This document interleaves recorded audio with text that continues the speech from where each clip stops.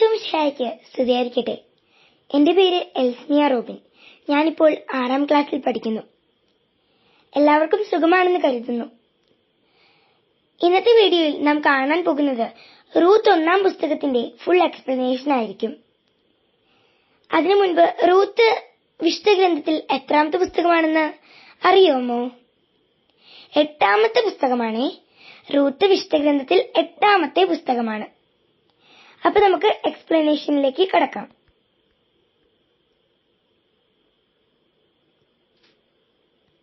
ഒന്നാം വാക്യം: ന്യായാധിപന്മാരുടെ ഭരണകാലത്ത് നാട്ടിൽ ക്ഷാമമുണ്ടായി. അന്ന് യൂദായിലെ ഒരു ബെത്ലഹേംകാരൻ ഭാര്യയും പുത്രന്മാർ ഇരുവരുമൊത്ത് മോവാബ് ദേശത്ത് കുടിയേറിപ്പാർത്തു. അപ്പോ ആരുടെ ഭരണകാലത്താണ് നാട്ടിൽ ക്ഷാമമുണ്ടായത്? ന്യായാധിപന്മാരുടെ ഭരണകാലത്താണ്. അന്ന് യൂദായിലെ ഒരു ബെത്ലഹേംകാരൻ ഭാര്യയും പുത്രന്മാർ ഇരുവരുമൊത്ത് മോവാബ് ദേശത്ത് കുടിയേറിപ്പാർത്തു. അപ്പോ യൂദായിലെ ഒരു ബെത്ലഹേംകാരനാണ് ഭാര്യയും പുത്രന്മാർ ഇരുവരുമൊത്ത് മോവാബ് ദേശത്ത് കുടിയേറിപ്പാർത്തത്. യൂദായിലെ ഒരു ബെത്ലഹേംകാരൻ ആരോടൊപ്പമൊക്കെ? ഭാര്യയും പുത്രന്മാരോടും ഒപ്പമാണ് മോവാബ് ദേശത്ത് കുടിയേറിപ്പാർത്തത്. മോവാബ് ദേശത്ത്. രണ്ടാമത്തെ വാക്യത്തിലേക്ക് കടക്കാം. രണ്ടാമത്തെ വാക്യം: അവന്റെ പേര് എലിമെലക്ക്, ഭാര്യ നവോമി, പുത്രന്മാർ മഹ്ലോനും കിലിയോനും. അവർ യൂദായിലെ ബെത്ലഹേമിൽ നിന്നുള്ള എഫ്രാത്യരായിരുന്നു. അവർ മോവാബിൽ താമസമാക്കി. അപ്പൊ ആ ബെത്ലഹേംകാരന്റെ പേരെന്താണ്? എലിമെലക്ക് എന്നാണ്. എലിമെലക്കിന്റെ ഭാര്യയുടെ പേരോ? നവോമി. പുത്രന്മാര് 2 പേരായിരുന്നു, മഹ്ലോനും കിലിയോനും. അവര് യൂദായിലെ ബെത്ലഹേമിൽ നിന്നാണ് നമ്മൾ പഠിച്ചു. യൂദായിലെ ബെത്ലഹേമിൽ നിന്നുള്ള എഫ്രാത്യരായിരുന്നു. ആരായിരുന്നു? എഫ്രാത്യര്. യൂദായിലെ ബെത്ലഹേമിൽ നിന്നുള്ള എഫ്രാത്യര്. അവര് മോവാബിലാണ് താമസമാക്കിയത്. എവിടെയാണ്? മോവാബില്. അപ്പൊ മൂന്നാമത്തെ വാക്യത്തിലേക്ക് കടക്കാം. 3. നവോമിയുടെ ഭർത്താവ് എലിമെലക്ക് മരിച്ചു, അവളും പുത്രന്മാരും ശേഷിച്ചു. അപ്പോ നവോമിയുടെ ഭർത്താവ് എലിമെലക്കായിരുന്നു. എലിമെലക്ക് മരിച്ചുപോയി, അവളും പുത്രന്മാരും ശേഷിച്ചു. അപ്പോ പുത്രന്മാരുടെ പേരെന്തൊക്കെയായിരുന്നു? മഹ്ലോനും കിലിയോനും. അപ്പോ ഭർത്താവ് മരിച്ചുപോയി, പിന്നെ ബാക്കി ആരൊക്കെ ഉണ്ടായി? മഹ്ലോനും കിലിയോനും ശേഷിച്ചു. 4ാമത്തെ വാക്യത്തിലേക്ക്. 4. പുത്രന്മാർ ഓർഫ, റൂത്ത് എന്നീ മോവാബി സ്ത്രീകളെ വിവാഹം ചെയ്തു. 10 വർഷത്തോളം അവർ അവിടെ കഴിഞ്ഞു. അപ്പോ ആരൊക്കെ ഉണ്ടായി? മഹ്ലോനും കിലിയോനും ഉണ്ടായി. അവർ രണ്ടുപേരും പുത്രന്മാര് ഓർഫ, റൂത്ത് എന്നീ മോവാബി സ്ത്രീകളെ വിവാഹം ചെയ്തു. ആരൊക്കെയാണ്? ഓർഫ, റൂത്ത്. അപ്പൊ ഇവരൊക്കെ മോവാബി സ്ത്രീകളായിരുന്നു. ഓർഫയും റൂത്തും ഏത് ദേശക്കാരികളായിരുന്നു? മോവാബി സ്ത്രീകളായിരുന്നു കേട്ടോ. 10 വർഷത്തോളം അവർ അവിടെ കഴിഞ്ഞു. എത്ര വർഷത്തോളാണ് അവരവിടെ കഴിഞ്ഞത്? 10 വർഷത്തോളം. 10 വർഷത്തോളം. 5ാമത്തെ വാക്യം: അങ്ങനെയിരിക്കെ മഹ്ലോനും കിലിയോനും മരിച്ചു. നവോമിക്ക് ഭർത്താവും പുത്രന്മാരും നഷ്ടപ്പെട്ടു. അപ്പൊ ആദ്യം നമ്മൾ കണ്ടു എലിമെലക്ക് മരിച്ച കാര്യം. ഭർത്താവ് എലിമെലക്ക് മരിച്ചു, ഭാര്യ നവോമിയും പുത്രന്മാരും ശേഷിച്ചു. ഇപ്പൊ എന്തായി? മഹ്ലോനും കിലിയോനും മരിച്ചു. അപ്പൊ നവോമിക്ക് ആരൊക്കെ നഷ്ടപ്പെട്ടു? ഭർത്താവും പുത്രന്മാരും നഷ്ടപ്പെട്ടു. ഇനി ബാക്കി ആരുണ്ട്? നവോമിയുണ്ട്, മരുമക്കളുണ്ട്. ആരൊക്കെ? ഓർഫയും റൂത്തും. അപ്പൊ അടുത്ത വാക്യത്തിലേക്ക് നമുക്ക് കിടക്കാം. 6. കർത്താവ് തന്റെ ജനത്തെ ഭക്ഷണം നൽകി അനുഗ്രഹിക്കുന്നു എന്ന് കേട്ട് നവോമി മരുമക്കളോടുകൂടി മോവാബിൽ നിന്ന് തിരികെ പോകാൻ ഒരുങ്ങി. അപ്പോ കർത്താവാണ് തന്റെ ജനത്തെ ഭക്ഷണം നൽകി അനുഗ്രഹിക്കുന്നു എന്ന് നവോമി കേട്ടത്. കർത്താവ് തന്റെ ജനത്തെ ഭക്ഷണം നൽകി അനുഗ്രഹിക്കുമെന്നാണ് നവോമി കേട്ടത്. തന്റെ ജനത്തെയാണ് ഭക്ഷണം നൽകി അനുഗ്രഹിക്കുന്നതെന്ന് നവോമിയാണ് കേട്ടത്. ആരാണ് കേട്ടത്? നവോമി ട്ടാ. മരുമക്കളോടുകൂടി മോവാബിൽ നിന്ന് തിരികെ പോകാൻ ഒരുങ്ങി.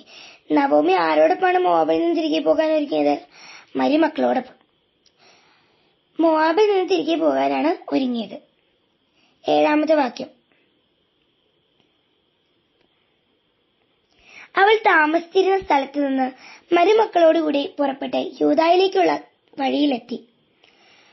അപ്പൊ നവോമി താമസിച്ചിരുന്ന സ്ഥലത്തു നിന്ന് മരുമക്കളോടുകൂടി പുറപ്പെട്ട് യൂദായിലേക്കുള്ള വഴിയിലെത്തി. എവിടേക്കുള്ള വഴിയിലെത്തി? യൂദായിലേക്കുള്ള വഴിയിലാണ് എത്തിയത്. അപ്പോൾ നവോമി മരുമക്കളോടുകൂടെ താമസിച്ചിരുന്ന സ്ഥലത്ത് നിന്ന് പുറപ്പെട്ട് യൂദായിലേക്കുള്ള വഴിയിലെത്തി. അതാണ് 7ാമത്തെ വാക്യത്തിൽ പറയുന്നത്. ഇനി 8ാമത്തെ വാക്യത്തിലേക്ക് കടക്കും.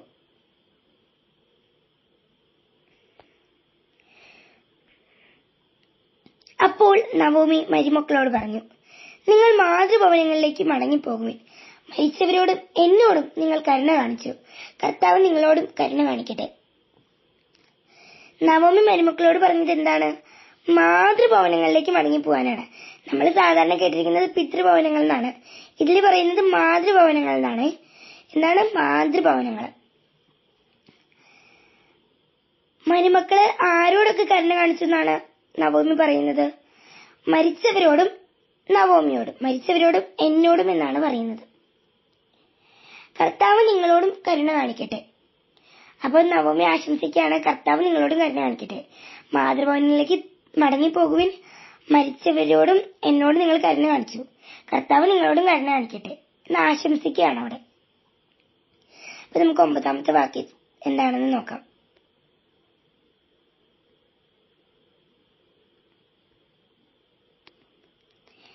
വീണ്ടും വിവാഹം ചെയ്ത് കുടുംബജീവിതം നയിക്കാൻ കർത്താവ് നിങ്ങളെ അനുഗ്രഹിക്കട്ടെ. അവൾ അവരെ ചുംബിച്ചു, അവർ പൊട്ടിക്കരഞ്ഞു. 9ാം വാക്യത്തിൽ എന്താണ് പറയുന്നത്?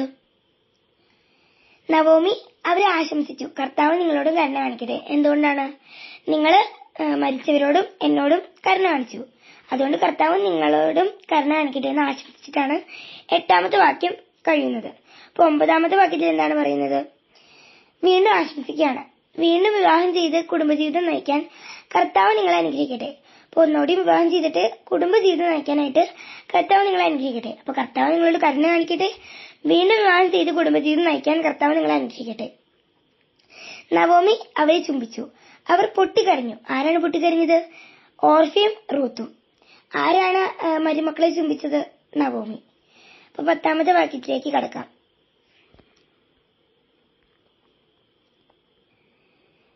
അവർ പറഞ്ഞു, ഞങ്ങൾ പോകുന്നില്ല, അമ്മയുടെ ആളുകളുടെ അടുത്തേക്ക് ഞങ്ങളും വരുന്നു. ഇപ്പൊ 10ാമത്തെ വാക്യത്തില് അവര് പറയാണ്, ഞങ്ങൾ പോകുന്നില്ല, അമ്മയുടെ ആളുകളുടെ അടുത്തേക്ക് ഞങ്ങളും വരുന്നു. 9ാമത്തെ വാക്യത്തില് നവോമി മരുമക്കളെ ആശംസിച്ച് പൊക്കോളാൻ പറഞ്ഞു, കുടുംബജീവിതം നയിക്കാനായിട്ടും പറഞ്ഞു. 10ാമത്തെ വാക്യത്തിൽ അവരുടെ തിരിച്ചുള്ള മറുപടിയാണ് നമ്മൾ കാണുന്നത്. അവർ പറഞ്ഞു, ഞങ്ങൾ പോകുന്നില്ല, അമ്മയുടെ ആളുകളുടെ അടുത്തേക്ക് ഞങ്ങളും വരുന്നു എന്ന് പറഞ്ഞു.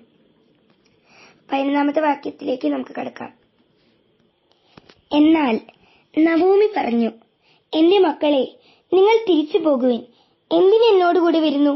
നിങ്ങൾക്ക് ഭർത്താക്കന്മാരാകാൻ എനിക്കിന് പുത്രന്മാരുണ്ടാകുമോ എന്നാണ് 11ാം വാക്യത്തില് നവോമി മരുമക്കളോട് പറയുന്ന റിപ്ലൈ. എന്റെ മക്കളെ, നിങ്ങൾ തിരിച്ചു പോകുമെന്നാണ് പറയുന്നത്. എന്തിന് എന്നോടുകൂടെ വരുന്നു? എന്തിനാണ് എന്നോടൊപ്പം വന്നിട്ട്? നിങ്ങളുടെ ഭർത്താക്കന്മാര് മരിച്ചു പോയില്ലേ എന്നൊക്കെ പറയാണ്. ഭർത്താക്കന്മാരാകാൻ എനിക്കിനി പുത്രന്മാരുണ്ടാകുമോ എന്നാണ് നവോമി ചോദിക്കുന്നത്. 11ാം വാക്യത്തില് തിരിച്ചൊരു റിപ്ലൈ ആണ് കാണുന്നത് നവോമിയുടെ. എന്റെ മക്കളെ, നിങ്ങൾ തിരിച്ചു പോകുവിൻ. എന്തിന് എന്നോട് കൂടെ വരുന്നു? നിങ്ങൾക്ക് ഭർത്താക്കന്മാരാകാൻ എനിക്കിനി പുത്രന്മാരുണ്ടാകുമോ? ഇനി 12ാം വാക്യത്തില് കണ്ടിന്യൂഷൻ ആയിട്ടാണ് നമ്മൾ കാണുന്നത്. എന്റെ മക്കളെ, നിങ്ങൾ മടങ്ങിപ്പോകുവിൻ. വിവാഹം ചെയ്യാൻ കഴിയാത്ത വിധം ഞാൻ വൃദ്ധയായിരിക്കുന്നു. അഥവാ ഈ രാത്രി തന്നെ ഭർത്താവിനെ സ്വീകരിച്ച് പുത്രന്മാരെ ഗർഭം ധരിച്ചാൽ തന്നെ എന്നാണ് 12ാം വാക്യം അവസാനിക്കുകയാണ്. പക്ഷെ 12ാം വാക്യത്തിന് കണ്ടിന്യൂഷൻ ആയിട്ടാണ് 13ാം വാക്യം വരുന്നത്. അപ്പൊ ഞാനത് ഒരുമിച്ച് അങ്ങനെ പറയാണ്. അഥവാ ഈ രാത്രി തന്നെ ഭർത്താവിനെ സ്വീകരിച്ച് പുത്രന്മാരെ ഗർഭം ധരിച്ചാൽ തന്നെ അവർക്ക് പ്രായമാകുന്നത് വരെ നിങ്ങൾ കാത്തിരിക്കുമോ? നിങ്ങൾ വിധവകളായി കഴിയുമോ? ഇല്ല മക്കളെ, കർത്താവിന്റെ കരം എനിക്കെതിരായി ഉയർന്നിരിക്കുന്നു. നിങ്ങളെ പ്രതിയും ഞാൻ അത്യന്തം വ്യസനിക്കേണ്ടി വരും. ഇതോടെ 13ാം വാക്യവും അവസാനിച്ചു. 11, 12, 13 നവോമിയുടെ റിപ്ലൈ ആയിട്ട് കൂട്ടാക്കുന്നത്. അപ്പൊ ആ മൂന്ന് വാക്യങ്ങളിലും ഉത്തരമായിട്ടാണ് വാക്യങ്ങളായിട്ട് വരുന്നത്. അപ്പോൾ നവോമി മരുമക്കളോട് പറയുന്ന റിപ്ലൈ ആയിട്ടാണ്. പോകുന്നില്ല എന്ന് പറഞ്ഞപ്പോൾ തരുന്നൊരു റിപ്ലൈ ആണ്. എന്റെ മക്കളെ, നിങ്ങൾ തിരിച്ചു പോകുവിൻ. എന്തിന് എന്നോടുകൂടി വരുന്നു? നിങ്ങൾക്ക് ഭർത്താക്കന്മാരാകാൻ എനിക്കിനി പുത്രന്മാരുണ്ടാകുമോ? എന്റെ മക്കളെ, നിങ്ങൾ മടങ്ങിപ്പോകുവിൻ. വിവാഹം ചെയ്യാൻ കഴിയാത്ത വിധം ഞാൻ വൃദ്ധയായിരിക്കുന്നു. അഥവാ ഈ രാത്രി തന്നെ ഭർത്താവിനെ സ്വീകരിച്ച് പുത്രന്മാരെ ഗർഭം ധരിച്ചാൽ തന്നെ അവർക്ക് പ്രായമാകുന്നതുവരെ നിങ്ങൾ കാത്തിരിക്കുമോ? നിങ്ങൾ വിധവകളായി കഴിയുമോ? ഇല്ല മക്കളെ, കർത്താവിന്റെ കരം എനിക്കെതിരായി ഉയർന്നിരിക്കുന്നു. നിങ്ങളെ പ്രതിയും ഞാൻ അത്യന്തം വ്യസനിക്കേണ്ടി വരും. 11 പറയുന്നത് നമുക്ക് മനസ്സിലായെന്ന് ഞാൻ കരുതുന്നു. 12 പറയുന്നത് മടങ്ങിപ്പോകുവാൻ. വിവാഹം ചെയ്യാൻ കഴിയാത്ത വിധം ഞാൻ ഡാഷ് വൃദ്ധയായിരിക്കുന്നു എന്നാണ്. വൃദ്ധയായിരിക്കുന്നു അഥവാ ഈ രാത്രി തന്നെ ഭർത്താവിനെ സ്വീകരിച്ച് പുത്രന്മാരെ ഗർഭം ധരിച്ചാൽ തന്നെ. ആരെ ഗർഭം ധരിച്ചാൽ എന്നാണ്? പുത്രന്മാരെ. അവർക്ക് പ്രായമാകുന്നവരെ നിങ്ങൾ കാത്തിരിക്കുമോ? അവർക്ക് എന്താകുന്നവരെ എന്ന് ചോദിക്കുകയാണെങ്കിൽ പ്രായമാണ്. പ്രായമാകുന്നവരെ. നിങ്ങൾ വിധവകളായി കഴിയുമോ? ഇല്ല. ഇല്ല മക്കളെ, കർത്താവിന്റെ കരം എനിക്കെതിരായി ഉയർന്നിരിക്കുന്നു. അപ്പൊ ആരുടെ കരം? നവോമിക്കെതിരായി ഉയർന്നിരിക്കുന്നു എന്നാണ് നവോമി പറയുന്നത്. കർത്താവിന്റെ കരം. നിങ്ങളെ പ്രതിയും ഞാൻ അത്യന്തം വ്യസനിക്കേണ്ടി വരും. ദുഃഖിക്കണം എന്നല്ല അവിടെ പറയുന്നത്, വ്യസനിക്കണം എന്നാണ്. നിങ്ങളെ പ്രതിയും ഞാൻ അത്യന്തം വ്യസനിക്കേണ്ടി വരുമെന്നാണ് പറയുന്നത്. 14 വാക്യത്തിലേക്ക്. അവർ വീണ്ടും പൊട്ടിക്കരഞ്ഞു. ഓർഫ അമ്മായിയമ്മയെ ചുംബിച്ച് വിടവാങ്ങി. റൂത്ത് അവളെ പിരിയാതെ നിന്നു. അമ്മായിയമ്മയുടെ വാക്കുകൾ കേട്ടിട്ട് ഓർഫ തിരിച്ചുപോയി. പക്ഷെ റൂത്തിന് അമ്മായിയമ്മേനെ പിരിയാൻ പറ്റാതെ ദുഃഖിച്ച് അവിടെ നിൽക്കുകയായിരുന്നു. അപ്പൊ അവര് വീണ്ടും പൊട്ടിക്കരഞ്ഞു. ഓർഫയാണ് അമ്മായിയമ്മയെ ചുംബിച്ച് വിടവാങ്ങിയത്. റൂത്ത് അവളെ പിരിയാതെ നിന്നു. ആരാണ് അമ്മായിയമ്മയെ ചുംബിച്ച് വിടവാങ്ങിയത്? ഓർഫയാണ്. അമ്മായിയമ്മയെ ചുംബിച്ചാണ് വിടവാങ്ങിയത്. റൂത്ത് അവളെ പിരിയാതെ നിന്നു. അപ്പൊ ഇതിന്റെ കണ്ടിന്യൂഷൻ ആയിട്ട് തന്നെയാണ് 15 നവോമി പറയുകയാണ്. നിന്റെ സഹോദരി ചാർച്ചക്കാരുടെയും ദേവന്മാരുടെയും അടുത്തേക്ക് മടങ്ങിപ്പോയല്ലോ, അവളെ പോലെ നീയും പോകുക. അപ്പോ 15 വാക്യത്തിൽ പറയുന്നത് നവോമിയുടെ റിപ്ലൈ ആണ്. എന്താന്ന് വെച്ചാൽ ഓർഫ പിരിഞ്ഞുപോയി, റൂത്ത് പിരിയാതെ നിന്നു. അപ്പോ ഓർഫ പോയത് കണ്ടിട്ടും നീ എന്തുകൊണ്ട് പോകുന്നില്ല? ഓർഫ പോയല്ലോ, എന്തുകൊണ്ടാണ് നീ പോവാത്തത് എന്നാണ് ഇവിടെ നവോമി ചോദിക്കുന്നത്. നിന്റെ സഹോദരി എന്ന് ഉദ്ദേശിക്കുന്നത്, റൂത്തിന്റെ സഹോദരി എന്ന് ഉദ്ദേശിക്കുന്നത് ഓർഫയെയാണ്. ഓർഫ ചാർച്ചക്കാരുടെയും ദേവന്മാരുടെയും അടുത്തേക്ക് മടങ്ങിപ്പോയല്ലോ. ആരുടെയൊക്കെ അടുത്തേക്കാണ് മടങ്ങിപ്പോയതെന്ന് നവോമി പറയുന്നത്? ചാർച്ചക്കാര്. 1 ചാർച്ചക്കാര്, 2 ദേവന്മാര്. അവളെ പോലെ നീയും പോകുക എന്നാണ് നവോമി റൂത്തിനോട് പറയുന്നത്. ഓർഫ പോയല്ലോ, അവളെ പോലെ നീയും പോകുക. 16 വാക്യം. 16 വാക്യമാണ് നമ്മൾ ഡിസ്കസ് ചെയ്യാൻ പോയിരുന്നത്. 16 വാക്യം ഞാൻ ഷോർട്സ് ആയിട്ട് അപ്ലോഡ് ചെയ്തിട്ടുണ്ടായിരുന്നു.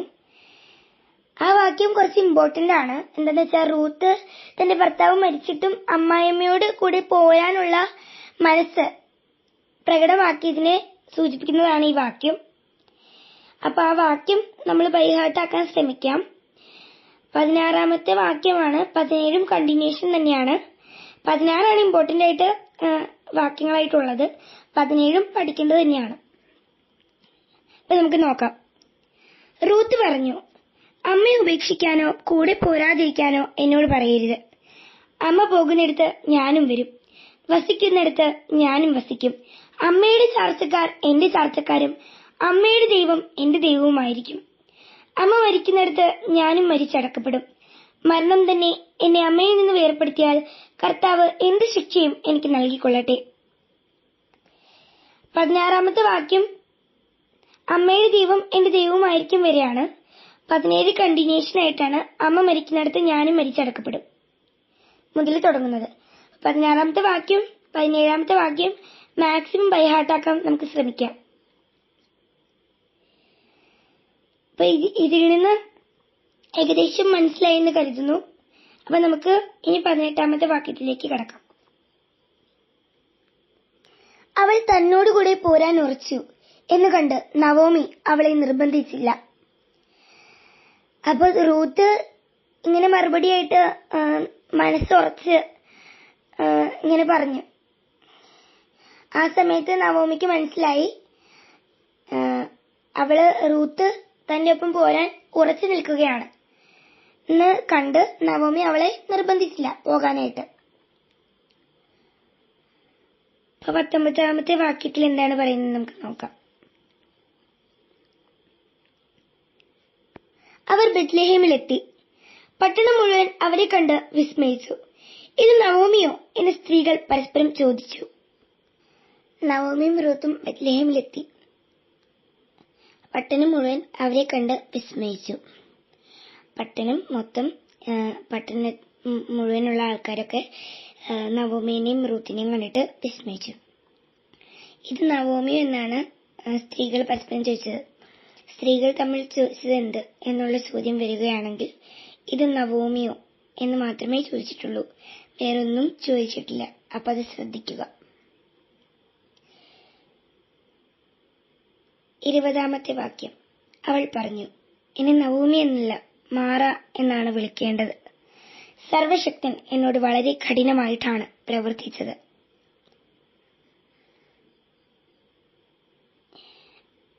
ഇത് കേട്ടിട്ട് നവോമി പറഞ്ഞു, എന്നെ നവോമി എന്നല്ല വിളിക്കേണ്ടത്, മാറ എന്നാണ് വിളിക്കേണ്ടത്. എന്തുകൊണ്ടാണെന്ന് അറിയാമോ?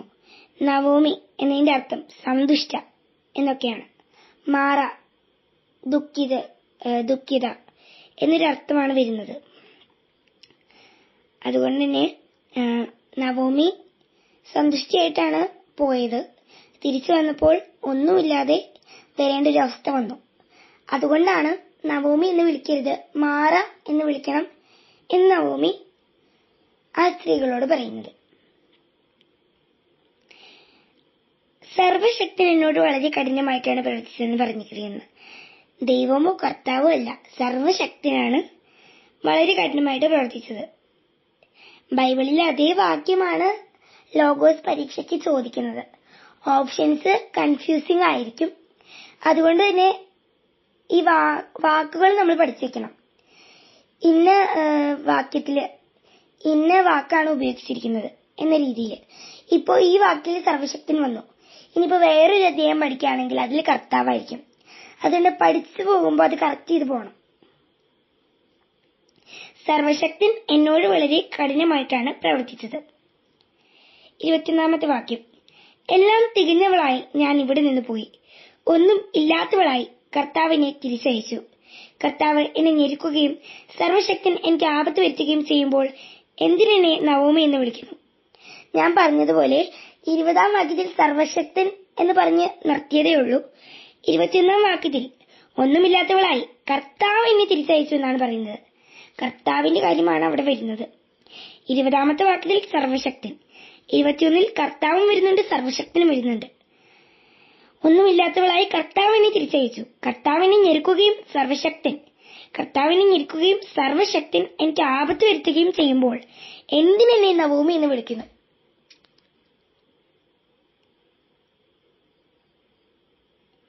എല്ലാം തികഞ്ഞവളായിട്ടാണ് നവോമി ഇവിടെ നിന്ന് പോയത്. ഒന്നുമില്ലാത്തവളായി കർത്താവ് എന്നെ തിരിച്ചയച്ചു. കർത്താവിനെ ഞെരുക്കുകയും സർവശക്തൻ എനിക്ക് ആപത്ത് വരുത്തുകയും ചെയ്യുമ്പോൾ എന്തിനെന്നെ നവോമി എന്ന് വിളിക്കുന്നു? അവസാന വാക്യമാണ് നമ്മൾ ഇനി ഡിസ്കസ് ചെയ്യാൻ പോകുന്നത്. 22ാമത്തെ വാക്യം. റൂത്ത് 1-ാം പുസ്തകത്തിൽ 22 വാക്യമാണുള്ളത്. 2 ശീർഷകങ്ങളാണ് റൂത്ത് 1-ാം പുസ്തകത്തിലുള്ളത്. അത് നമുക്ക് 22ാമത്തെ വാക്യം പറഞ്ഞു കഴിഞ്ഞിട്ട് അതിലേക്ക് കടക്കാം. അങ്ങനെ നവോമി മോവാബിൽ നിന്ന് അവിടുത്തുകാരിയായ മരുമകൾ റൂത്തിനോടുകൂടി തിരിച്ചെത്തി. ബാർലി കൊയ്ത്ത് തുടങ്ങിയപ്പോഴാണ് അവർ ബെത്ലഹേമിൽ എത്തിയത്. അങ്ങനെ നവോമി മോവാബിൽ നിന്ന് അവിടുത്തുകാരിയായ മരുമകൾ റൂത്തിനോടുകൂടി തിരിച്ചെത്തി അല്ലെ. ബാർലി കൊയ്ത്ത് തുടങ്ങിയപ്പോഴാണ് അവർ ബെത്ലഹേമിൽ എത്തിയത്. ബാർലി കൊയ്ത്ത് തുടങ്ങിയപ്പോഴാണ് അവർ ബെത്ലഹേമിൽ എത്തിയത്. ഇതോടെ നമ്മുടെ അധ്യായം അവസാനിക്കുകയാണ്. അപ്പൊ ഇതിന്റെ വിശദീകരണം കഴിഞ്ഞിരിക്കുന്നു. റൂത്ത് 1-ാം അധ്യായത്തില് 1 മുതൽ 5 വരെയുള്ള വാക്യങ്ങളാണ് എലിമെലക്കും കുടുംബവും മോവാബിൽ എന്ന ശീർഷകം.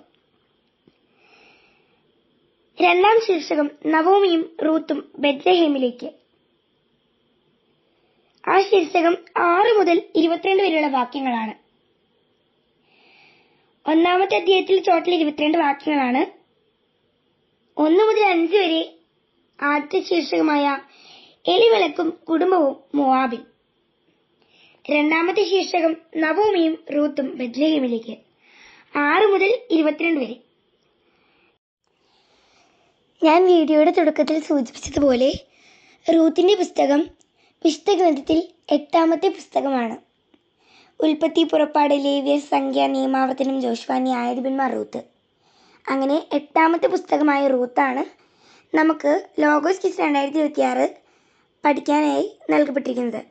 അപ്പോൾ അതിലെ 1ാമത്തെ അധ്യായം ഇവിടെ അവസാനിച്ചിരിക്കുകയാണ്. എല്ലാവർക്കും മനസ്സിലായെന്ന് വിശ്വസിക്കുന്നു. അപ്പോൾ ഈ വീഡിയോ കാണുന്ന എല്ലാവർക്കും ഒത്തിരിയേറെ നന്മകൾ ആശംസിക്കുന്നു. ദൈവം നിങ്ങളെല്ലാവരെയും സമൃദ്ധമായി അനുഗ്രഹിക്കട്ടെ. ആമേൻ.